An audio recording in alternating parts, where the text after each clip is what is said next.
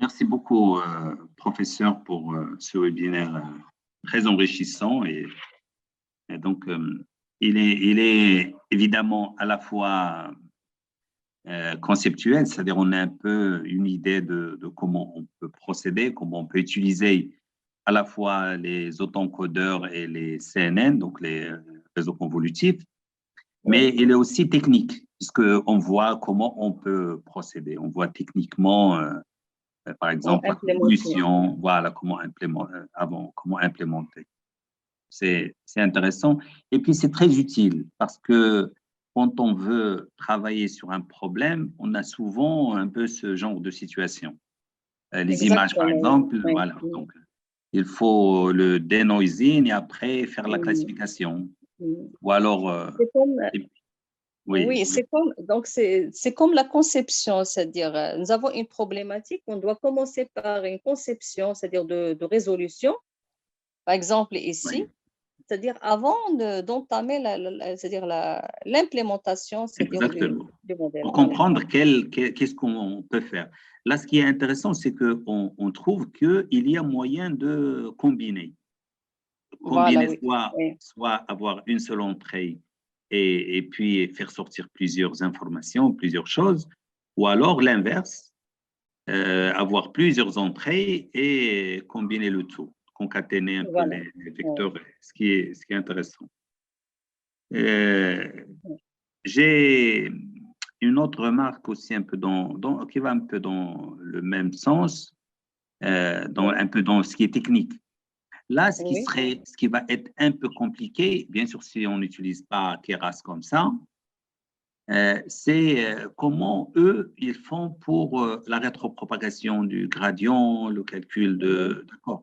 C'est, par exemple, dans la convolution, comment il faut faire pour aussi la rétropropagation du gradient, des choses techniques qui sont pour les doctorants, pour les étudiants, qui peuvent les intéresser. Donc, ils peuvent aller fouiller dans ce sens et voir techniquement, comme donc, ce que vous avez fait quand vous faites la convolution, vous prenez, d'accord, la matrice, vous multipliez chaque terme, chaque membre, et puis vous additionnez. Mais donc la forward propagation est assez compliquée par rapport à ce qu'on fait normalement. Donc la rétropropagation, elle va aussi être assez compliquée. Parce que ce n'est pas juste un produit, une somme. Donc pour les étudiants, il serait bien d'aller voir comment les choses se passent à ce niveau. Sûr. Oui. C'est important, oui. Donc, pour arriver à comprendre n'importe quel concept, il faut passer par cet exercice. Exactement. Voilà. Et puis, une chose aussi intéressante, quand on utilise quand on parle de auto-encodeur, en réalité, on essaye de trouver l'espace latent ou les variables latentes. Et donc, et qui, en général, vont avoir une dimension réduite par rapport aux données d'entrée en général. En général, ils ont une dimension. Il y a là le problème de comment choisir la dimension. Donc, ça aussi, c'est l'expérience.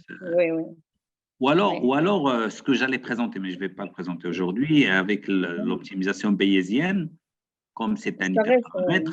Donc, ça reste un paramètre aussi. C'est-à-dire qu'il faut l'optimiser. Exactement. Parce que si je prends Z avec une dimension trop petite, je risque de perdre des informations. Si je prends Z trop grand, je ne vais pas optimiser je ne vais pas extraire la vraie variable latente. Et puis la variable latente, quand on l'extrait, je pense que ça ressemble beaucoup à l'extraction des features dans un réseau convolutif. Je dis ça pour dire que finalement, que ce soit un autoencodeur ou CNN, après tout, même sans les combiner, ils essaient de faire à peu près la même chose. C'est extraire l'information en réduisant la dimension. Exactement, oui. Dans un réseau convolutif, on utilise les filtres, et dans un réseau latent, on réduit la dimension, et puis parfois on mélange.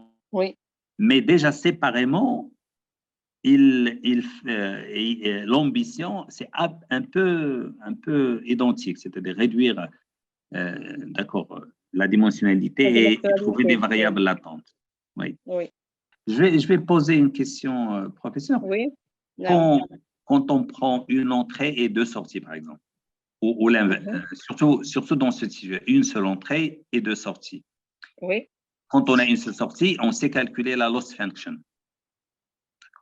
Mais quand on a deux sorties, ça veut dire qu'on doit aussi avoir la somme de deux loss functions, oui. Une pour la classification et l'autre pour un peu l'autocodeur. C'est ça. Et est-ce qu'on fait est-ce qu'on les pondère l'une par rapport à l'autre ou est-ce qu'on choisit?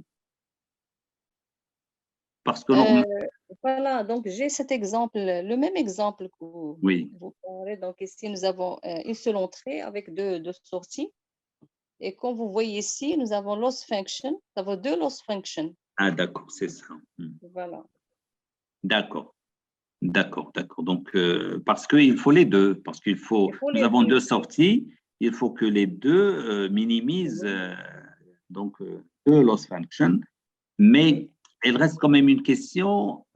Ok, donc loss weights, c'est ça, c'est 1-1. Ici, on n'a pas, mais on peut, ça dépend. Par exemple, si je me dis que le dénoisine, ce n'est pas très important par rapport à la classification.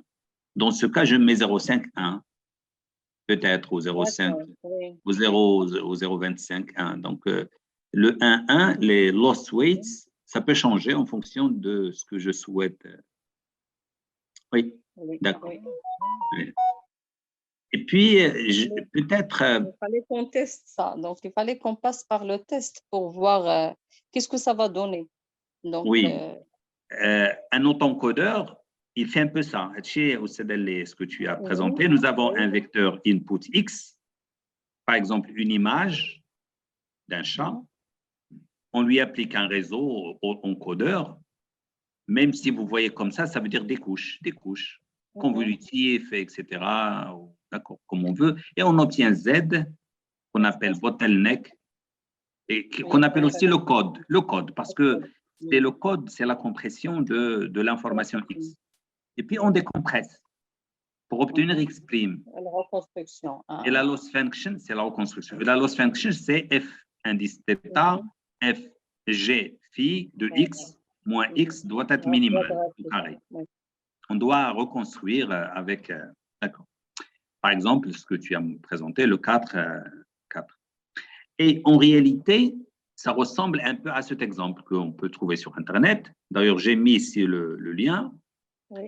Si on met une photo, G indice phi de X, c'est quoi? Elle va extraire disons, des variables latentes. Par exemple, le sourire, le ton, mais il va le faire automatiquement et sans mettre les mots, sans mettre de nom, sans donner de nom.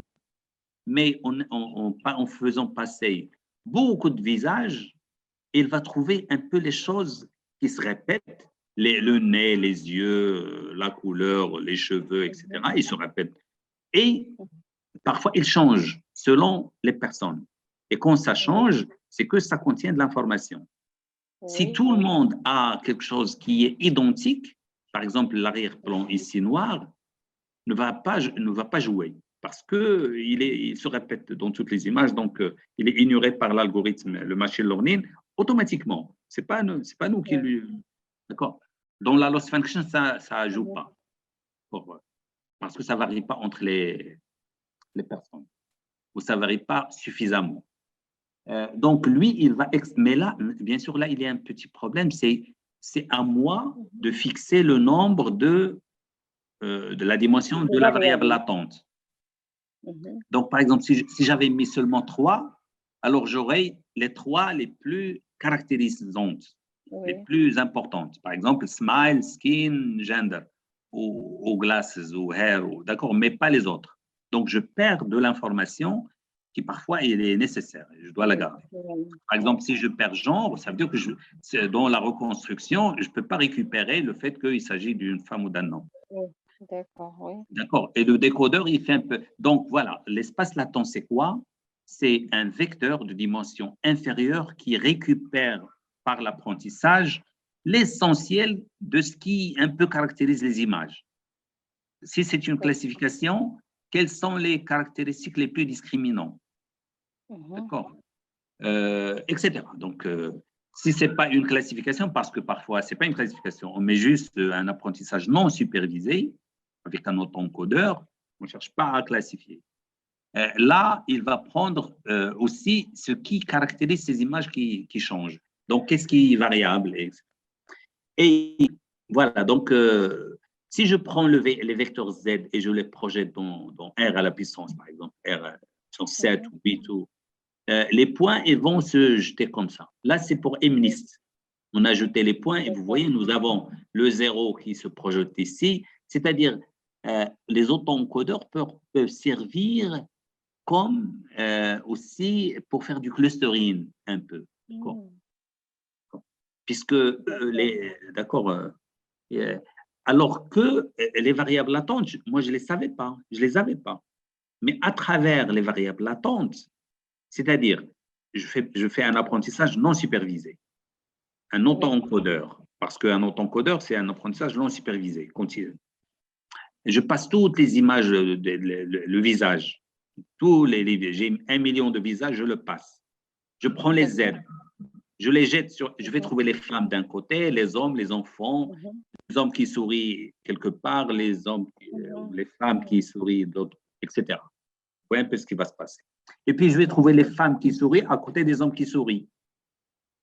Et les hommes qui pleurent à côté des femmes qui pleurent ou qui crient ou qui parlent.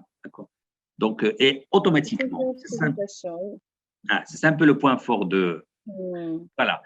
Et pourquoi je suis venu ici? Bien sûr, les autoencodeurs variationnels, ils vont aller plus loin.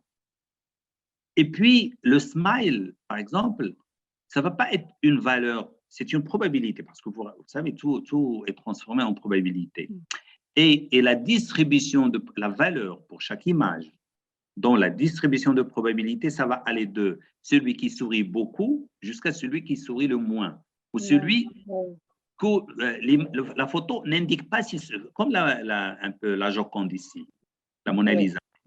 On ne sait pas s'il sourit ou s'il est triste. D'accord, on ne sait pas. C'est un indéfini. Donc, c'est un peu la distribution de probabilité. Toujours, on choisit qu'elle soit normale, disons. Et puis, elle va être comme ça. On est un peu la moyenne, c'est 0 pour cette image. D'accord, donc, et puis on peut passer. Mais moi, je saute tout ça pour les autoencodeurs variationnels. Oh, oui, je peux un peu parler de ça. Normalement, pour bien comprendre pourquoi on dit variable latente, comment les choses se passent. Nous prenons des mesures. Par exemple, je prends des images, des photos 32 x 32 bits. Donc, ils sont dans un espace R à la puissance 1024. Quand je les lance dans l'espace 1024, je vais trouver qu'ils sont à côté d'une courbe un peu pliée. À côté. Qu'est-ce que je fais? L'autoencodeur, il va projeter ces données sur quelque chose qui n'est pas un peu plié, la page, mais plane. Et puis, qu'est-ce que je fais? Le F-θ, il va récupérer à partir de, par exemple, je prends un élément ici, et il va me le retourner vers le début, mais il va le mettre dans la courbe pliée, pas à côté. Parce que les données au début, ils sont un peu bruitées. L'image que j'obtiens à la fin, elle est sur la variété. D'accord, il y a un peu de maths, mais l'essentiel, c'est que, voilà, donc je ne vais pas entrer là peut-être une autre fois, mais c'est pour ça que j'ai dit, en réponse à la question, l'espace latent, il est unique. Et c'est une variété différentielle pour les gens qui connaissent un petit peu les notions de maths, géométrie différentielle. C'est une variété différentielle. C'est-à-dire, localement, c'est un élément de R à la puissance D, si D est la dimension de l'espace latent. Mais bon, il y a beaucoup de… un peu de mal. Je peux répondre à des questions un peu techniques ici. Je passe tout ça pour arriver à ça. Les données, regardez, ça par exemple, regardez ici. Oui. Les données, supposons qu'on a pris des mesures, les chats, les chiens, etc. Quand on les met dans R à la puissance N, on va trouver les chats comme ça, les chiens ici. Je ne peux pas faire une classification par une séparation par un hyperplan, par une droite, etc. Parce que c'est plié. Que fait l'auto-encodeur ou qu'est-ce qu'il pourrait faire? Mais on le fait avec le manifold learning, qui généralise un peu la notion d'auto-encodeur. On déplie ça. Au lieu d'avoir ce qui est en A, on va le déplier parce que mathématiquement, c'est la même chose. Oui. Chaque point ici, il y a une bijection entre les points là et les points là. Donc, ce que fait un réseau de neurones, c'est que les données ils sont pliées, ils sont un peu mélangées. Lui, automatiquement, avec un génie des réseaux de neurones et la rétropropagation, il va retrouver une forme un peu simplifiée des données. Et donc, par exemple, si je prends une image d'un chien, il va se trouver ici quelque part. Que fait le réseau de neurones? Il va la projeter ici, par la fonction qu'il va construire lui-même, dans l'espace latent. Chaque donnée me donne un Z. Quand je suis là, je peux facilement dire est-ce qu'il s'agit d'un chat ou d'un chien, parce qu'il est facilement séparable. Les points ici, les points bleus, des chats, les points, etc. Voilà, et ça, ce n'est pas quelque chose de superflu dans le machine learning. Il est vraiment central aujourd'hui, même si on ne s'attaque pas directement au problème de cette manière, mais derrière, on joue avec ça. Quand on fait des autoencodeurs, on cherche les variables latentes, on fait de l'inférence variationnelle, tout ça, ça revient un peu à ça. À essayer de… Nous avons des données brutes, des mesures qui sont désordonnées, qui contiennent l'information qu'on veut, mais ils sont un peu désordonnés. On ne peut pas utiliser les mathématiques faciles pour les classifier. Qu'est-ce qu'on fait? On doit transformer cet espace en un espace facilement, c'est l'espace latent, qui est facilement exploitable, et on crée une bijection entre les deux, ou une projection, pas forcément une bijection, une projection. C'est-à-dire que je peux avoir deux points qui ont la même image, mais ce sont des chats qui se ressemblent. D'accord. Donc, je simplifie un peu la complexité du problème parce que je considère que lorsque j'ai pris des photos, les photos ils sont bruitées. Tous les bruits ne portent pas de l'information. Donc, dans l'espace latent, j'enlève un peu de bruit. Ou alors, je perds quelques informations, mais qui sont minimes, qui ne sont pas déterminantes. L'auto-encodeur, il permet de réduire la dimensionnalité et en général, on peut considérer qu'il s'agit d'une projection sur un espace plus simple. Mais ça ne veut pas dire un espace plus simple, c'est un plan. Moi, j'ai dessiné ici des plans, mais il faut imaginer, ce qu'on doit avoir en tête, c'est que lorsqu'on prend des mesures, c'est R à la puissance 1 million, mais quand on fait la projection dans un espace latent, l'espace latent, il est de dimension 100, ou 200, ou 300. C'est comme Google. Lorsqu'on fait, on crée un peu les phrases et on veut les traduire, ou au moins les comprendre, Google, qu'est-ce qu'il fait? Il prend les mots, les phrases, et il les projette à l'aide de LSTM ou à l'aide d'autres choses. Il les projette dans un espace sémantique de dimension inférieure. Donc, c'est quelque chose de très fréquent. D'accord? Ce n'est pas Word to Vec, etc. LSTM aussi. Le H. Le H, c'est un peu la variable latente. Le H dans un réseau LSTM, c'est la variable latente. Et X, c'est ce qu'on mesure. Mais le H, c'est ce qu'on récupère comme sens. Oui. OK, professeur. D'accord.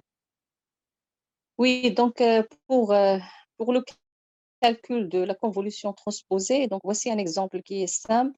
Donc, nous avons une image de 2, voilà, la matrice 1, 3, 0, 2, convoluée à 1, 3. Normalement, la convolution, c'est-à-dire transposée, ce n'est pas la convolution normale, c'est-à-dire on ne convolue pas l'image d'entrée avec le filtre, mais on essaie de voir, c'est-à-dire l'output, la sortie. Donc, supposons que nous avons la matrice output au début, c'est 0, 0, 0, et on va essayer de remplir cette matrice. Donc, qu'est-ce qu'on va faire? Donc, pour chaque élément de la matrice d'entrée, donc par exemple ici j'ai 1, je prends, c'est-à-dire l'élément structurant et je fais la multiplication. Donc, 1, 1, 3, 1, 0, 1, 2. Il nous donne cette petite matrice, c'est-à-dire 1, 3, 0, 2, c'est-à-dire sur la matrice de sortie. Je fais après un pas, c'est-à-dire le stride qui est égal à 1. Donc, je vais me déplacer. Donc, laisser la première colonne et passer à la deuxième. Donc, mais cette fois-ci, je vais faire l'opération, c'est-à-dire l'opération, c'est-à-dire le produit de 3, c'est-à-dire sur la sortie. Donc, malheureusement, je ne peux pas utiliser donc, le stylo pour bien expliquer cet exemple. Donc, 3, donc ça me donne 3, 9, 0, 6. Après, donc, je saute vers le bas avec un pas qui est égal à 1, toujours qui est égal à 1. J'ai 0, donc j'ai toujours les zéros, c'est-à-dire au niveau troisième matrice, c'est 0, 0, 0, 0. La dernière matrice, c'est 2. 2 fois la matrice 1, 3, 0, 2 qui nous donne 2, 6, 0, 4. Et à la fin, je fais le calcul, je fais la somme. Donc, la somme, c'est-à-dire de ces matrices qui nous donne la matrice finale.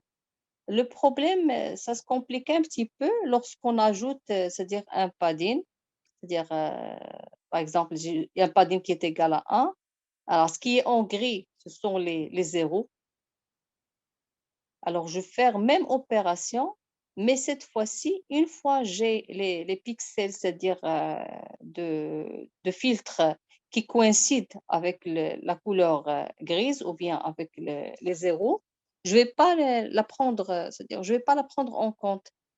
Elle est considérée juste ce qui est, c'est-à-dire en dehors de cette zone. Et à chaque fois, je fais, c'est-à-dire le calcul et je fais la somme.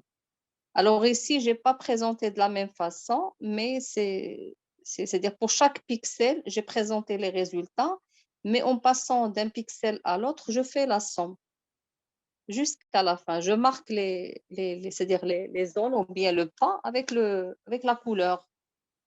Voilà, jusqu'à la fin. Mais pour bien comprendre cette convolution, cette opération, je vous conseille de voir ce guide.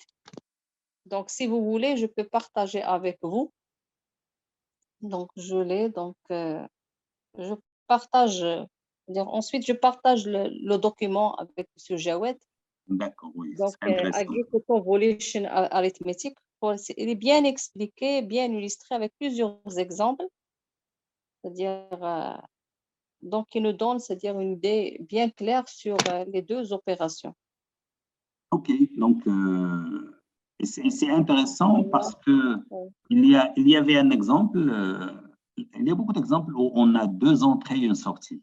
Par exemple, Google, je pense, il analyse le problème suivant. Ils mettent une photo et une question. Par exemple, une photo et la question c'est, est-ce qu'il y a un chien dans la photo? Ou alors, une photo et combien il y a de personnes, etc. Donc, imaginez que vous avez, et puis vous avez la réponse. Oui. Si dans la photo il y a un chien, la sortie c'est oui. Sinon, la réponse c'est non, etc. Supposons que vous avez 1 million de cette situation. Une image, une question et la réponse. Est-ce que la personne sourit? Est-ce qu'il y a un homme qui court? Oui, non, etc. Donc ça, et il construit un. Est-ce qu'il pleut? Oui. Est-ce qu'il ne pleut pas? Non, etc. Donc imaginez que vous avez 1 million, 1 milliard d'images avec questions et une réponse. Vous pouvez entraîner un réseau de neurones, finalement, qui va répondre à des questions sur les photos. D'accord? C'est-à-dire, il prend une photo, vous posez une question, et lui, il vous dit oui ou non. C'est-à-dire, c'est comme si vous avez maintenant un petit, beaucoup plus intelligent, puisqu'il répond à des questions. Oui, des questions. Voilà, on l'a entraîné à répondre par oui ou non. On peut aussi l'entraîner répondre, à avoir des réponses beaucoup plus complexes. C'est un peu ça. Il y a des expériences, Facebook, il y a un local, etc. Ils ont, donc, vous lui donnez une image, et lui, qu'est-ce qu'il vous dit? Il vous décrit l'image. Deux enfants en train de jouer au ballon. Un chien dans un jardin. On a entraîné des réseaux de neurones à décrire des photos, à décrire des images. Et pour les entraîner, il suffit de leur donner une image et la description de l'image. Même pas une réponse-question. Vous lui donnez beaucoup d'images et beaucoup de descriptions d'images. C'est comme un gamin, un enfant, il voit des choses et il nous entend parler de la chose et il finit par lui aussi développer cette capacité de décrire les... D'accord. Donc, il y a beaucoup d'applications de le fait de faire entrer une... Voilà, donc le CAPTCHA, par exemple, on peut automatiser un peu, est-ce qu'il y a des bus ici, est-ce qu'il y a des bateaux, on peut automatiser cette opération. Oui, oui, non, oui, oui, oui, non. D'accord. Donc il y a des applications extraordinaires. Bien sûr, on peut aller vers les chatbots, parce qu'on entraîne aussi. Mais là, c'est image, c'est-à-dire on fait entrer des données de nature différente, image et texte, et une réponse. Donc, je vous remercie. Merci beaucoup, professeur. Merci à vous. Merci à vous. C'est très motivant et c'est très intéressant. Allez, au revoir. Au revoir.